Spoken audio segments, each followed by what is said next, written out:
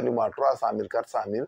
nga tabax këru 40 millions 50 millions 60 millions un jour bu ñu la laaj les données les dates de lépp da ngay wàcc. Oui, tout à fait. Et puis fi mu ne nii loolu la et puis quand il y a beaucoup de procédures dans toute chose. Finalement aussi tout le monde est peut-être coupable hein. Ah oui, ça peut être très compliqué. Ah bon? Ah si. Et économiquement, ça impacte les communes. Ce qu'on appelle les chaînes de valeur, quoi. Du jokkalante beeg dugalante beeg jëndante bi. Fi ne nii Dakar booy jaay mi kër temps yi kenn ñemewu ko jënd. Ok. Ah non gars yi ñu ngi ko ñemee. ay Almadies ak Mbor ak Yangam nga naan tey rek sama kër. gars yi kenn du laal. Ok. naka ragal aussi gars yi jóg fi ñoom naan la da nga ko ci waa ji la ko jaay da ko sàccoon. Ok. Donc finalement, est-ce que c'est une bonne chose les tracts? Bon, c'est publicité bon du problème. Un pays da ngay def mën nañu ko régler ci suuf. non da ngay def enquête rek. ku fote nga woo ko demandé ko enquête ko. bu ñëwee nga jàpp. mais xam nga boo ko ne gars yi dañ ñëpp a sàcc ñëpp nangam tout le monde a volé. c'est-à-dire tout ce qui était dans les régimes précédents. fi ne ku ci doon jaay alal tey kenn du ko jënd. oui dëgg la c'est ça le danger. te loolu bokk na ci li métti réew mi. mais dafa grave et puis ñoom même bu ñu yoroon xaalis wala ñu denc ko wala ñu nëbb ko pour jënd dëkk c'est fini. fi ne même les privés ont peur hein commencent à paniquer. moo tax wax am état wax du ko gérer. dëgg la. État, c'est des faits. Il faut appliquer les choses, appliquer les textes et ne viser que les concernés et les coupables. Ok. Après nga avancer quoi. nga dem sa yoon. macha allah nekk na wax bu am solo ci kaw loolu la ñuy jàll parce que Sénégal yu bëri tey lu ñu gis mooy que ne le foncier sénégalais a été vraiment menacé, distribué de manière. Ça arrive, c'est la décentralisation qui a été à l'auteur. Parce qu'il permettait aux maires de lotisser. Oui. Les impôts après ñi koy partager. les impôts domaines en profiter. Ils lotissent des terrains. xam nga lan mooy erreur Sénégal. waa impôts domaines waruñu woon mën a may kenn terrain dañu waroon jël terrain yi di def appel à candidature pour avoir les terrains tu remplis les conditions et tu payes. et tu payes en même temps. et tu payes. mais duñ jël ay terrain inspecteur des impôts yi ku nekk ñu naan coopér seen syndicat yi di jël. mais c'est du n'importe quoi ku nekk di am ñuy am fu ne. fu nit ñi mënta am suuf am nañ ku nekk am na fa kër. te ñoom kenn jëndu ci kër. ñu ci des ñëpp dañoo jënd ñun ñi ñëpp suñu kër yi dañoo leb 20 ans tabax ko. banque. waaw looloo indi erreur bi. c'est-à-dire domaine national bi la ñuy bàyyi léegi nag ku ci am terrain ba jënd ko.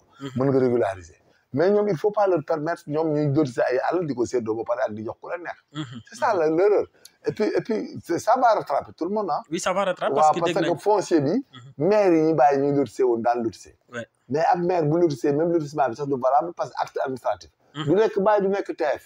ay litige foncier en pagaille boo demee Mbour tout le monde en profite. boo demee Malicounda ñu ne registre Barak. boo demee Saly ñu ne registre bi fële la jóge woon. c'est du magouille personne ne peut régler les problèmes. partout il y a des problèmes de terrain au Sénégal qui sont litigés alors que terrain suuf. yàlla ko créé. warta am litige. mais tout est parti de la décentralisation avec ce qu'on appelle les transferts de compétences aux communes. Ce qui a amené la plus grosse erreur. Parce que même si les maires devaient faire des affectations de terrain, ils devaient être accompagnés par les services des impôts qui font la notification, qui font le bail et que ça part. Mais même bail léegi ay maguy la da ngay dem déposer bail doo génn tey du génn suba. ngay dem dossier bi ku nekk dugal ci loxoom. Tout le monde met sa main dans les histoires de régularisation de ces terrains. Da ngay dem ba sonn dara du génn. C'est pas normal. Moo il faut réformer ce système. ku am terrain da ngay ñëw léegi ñu ñëw taxaw defar la sa bail léegi vérifier ko nikaade ko defar la sa kayit nga dem. mais ay bail dafa ay commission bi ku nekk di ci am wàll. Et puis il y a beaucoup de commissions. mais c'est du n'importe quoi. C'est-à-dire la plus grande réforme au Sénégal ce sont les impôts et domaines hein. Il faut les réformer. Il faut réformer les impôts et domaines dans ce qui concerne la régulation des terres. Et que la régulation des terres se fait chaque région, chaque département. On vient, on régularise, on fait les plans nicadés, on te fait un bail, tu pars là-bas, tu enregistres, le domaine enregistre, la conservation foncière enregistre dans ces d'autres, le cadastré quoi. Le terrain là a une identité personnelle. Kenn mënatu fa ñëw. di ko litiger. mais ñoom ñooy nekk à la tête des baux ay porte à porte da nga yor sa benn terrain jënd ko di ko defar benn waaye roccee ko fële ñëw labaj baay bi séddoo ci guddi ñëw nga jéem leen poursuivre ñu dem naan dañ koy immatriculer loolu la ñuy dugg. c'est des magouilles qu'il faut faire arrêter. mais c'est pas compliqué ah. suuf si c'est pas compliqué. loolu ak yaatu fi ñu toll nii. c'est pas compliqué de le régler donc il faut même ñoom bu ñu ko mënoon ñun mën nañu quoi. oui tout à fait il faut ñu am lu ko régler très rapidement. c'est facile. c'est facile à régler parce que même gis nañ le maire Mansour Faye ak Amadou Sall fils du président de la République loolu yëpp dégg nañ ko ci ay scandale titre foncier donc loolu gérer ko ci réew mi fi mu toll nii compliqué na. mais naturellement fii ku fi sa papa nekk président wala sa goro wala nangam da ngay may faveur loolu ay détails la. léegi poursuivre ko mais c'est tant pis hein. mais c'est évident que ils ont des titres des faveurs de l'État. donc mënta ñàkk. non mënta ñàkk loolu africain benn fii ni fi ñu gouverner di jox ay jàmbur bàyyi mbokkam yi ay wax yu yàqu la. ñu ngi nommé seen i mbokk di jox seen i mbokk ay marché tout loolu du ay wax yu yàqu la. fii ku fi sa baay nekk président am na ñu daggal la suuf ku fi sa goro nekk président ñu daggal la suuf léegi nañ continuer ñi fi amoon suuf ñëpp bu ñu ko nangoo ñi fi amoon suuf yëpp ci état yi may nañ ko ñu nangu ko c'est tout. loolu du ay wax.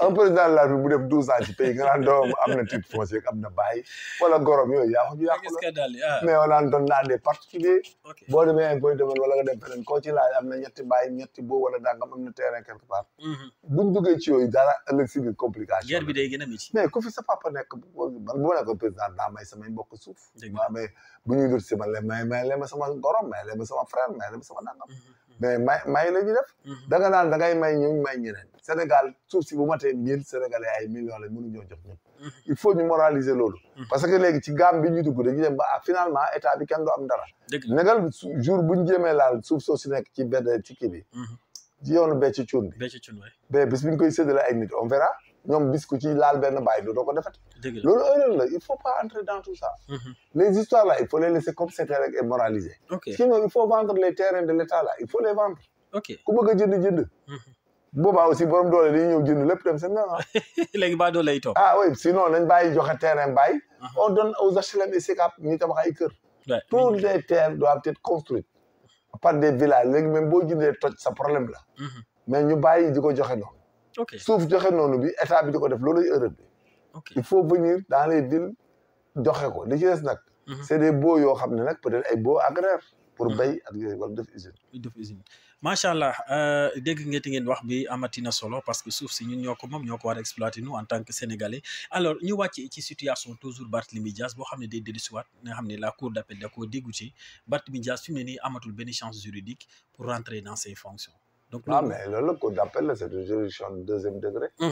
Maintenant, si le juge, c'est de sa conscience et de sa moralité, et c'est de dire le droit. Tout ce qu'on lui reprochera peut-être, c'est de ne pas dire le droit. Mais s'il a dit le droit, il n'y a pas de problème. Barthélémy, c'est tout. C'est de bonne guerre, quoi. Ils ont utilisé la... Est-ce que aussi, politiquement, Barthélémy Dias a été intelligent pour pouvoir continuer à gérer ou à être dans ses fonctions en tant que député, dans ses fonctions également en tant que maire? Est-ce que l'intelligence politique qui Barthélémy Dias, son problème ne date pas de là. C'est un problème bon, si tu as mais il y avait ce qu'on appelle de l'abstention, quoi. Les gens se faisaient fi, quoi. La loi, ils l'ont rendu musette. La mesure, ils n'en parlaient pas, ils jouaient le jeu, mais l'affaire n'a jamais été amnistiée. Il fallait que ça soit amnistié. Donc, ça n'a pas été amnistié. Mais ces gens-là aussi, comme ils sont de bonne guerre avec lui, ils ont besoin de mairie, ils ont besoin de beaucoup de choses. Mais ils en abusent. Ils en usent et en abusent. C'est tout. Dañuy abuser Barthélémy Dias. Abuser moins quelque chose dont tu as le droit. Tu en uses. Ils en usent, quoi, finalement. C'est comme ça, Barthélémy, c'est comme ça. Et puis parfois, les requêtes de haut devant les juges, ils évoquent qu'il a été condamné, il a été ça, il a été ça. On a fait démissionner des conseillers. Il est radié de conseil. Effectivement, si pour être maire, il faut être conseiller. Si on te radie en matière de conseiller, mais ça veut dire que corollairement, tu perds la mairie. Oui, tout à fait. Tu ne peux plus être maire. Oui, tout à fait. Mais c'est ça la logique, c'est la translation. La relation c'est la conséquence immédiate. C'est une translation comme vectorielle, comme on dit le point B qui passe vecteur nangam de vecteur. C'est la même chose, c'est des théories mathématiques. Les mathématiques, c'est de la littérature aussi. Oui, tout à fait. Parce que pour être maire, il faut être conseiller. Il te radie conseiller, mais tu perds la mairie. Tout à fait, ipso facto. Ça, c'est la logique. Oui, tout à fait. Il faut que technique yi défendre suñu biir ñu ku nekk maîtriser. Maîtriser ko, oui, finalement. Mais boo ko maîtriser wu doo comprendre. Non, c'est pas possible. Pour être maire dans une commune, il faut être conseiller. D'abord, oui, tout à fait. Le conseil militaire, il faut en participer. Maintenant, si tu es radié conseiller, mais tu es révocable. Oui, tout à fait. C'est-à-dire là-bas, il faut qu'on te révoque. Oui, tout parce que tu remplis plus les conditions. C'est comme si tu es tu es magistrat, on te retire la qualité de magistrat alors que tu es affecté dans une juridiction. Mais si tu juges quelqu'un, le jugement est nul et non avenu. Tout à fait. Donc, Barthélémy Dias, le fait que waaw, c'est ça. Il fallait attaquer la radiation d'abord et de ne pas attaquer la mairie. Ok. Donc, il fallait annuler la radiation de commune, mais le jugement de l'autre côté.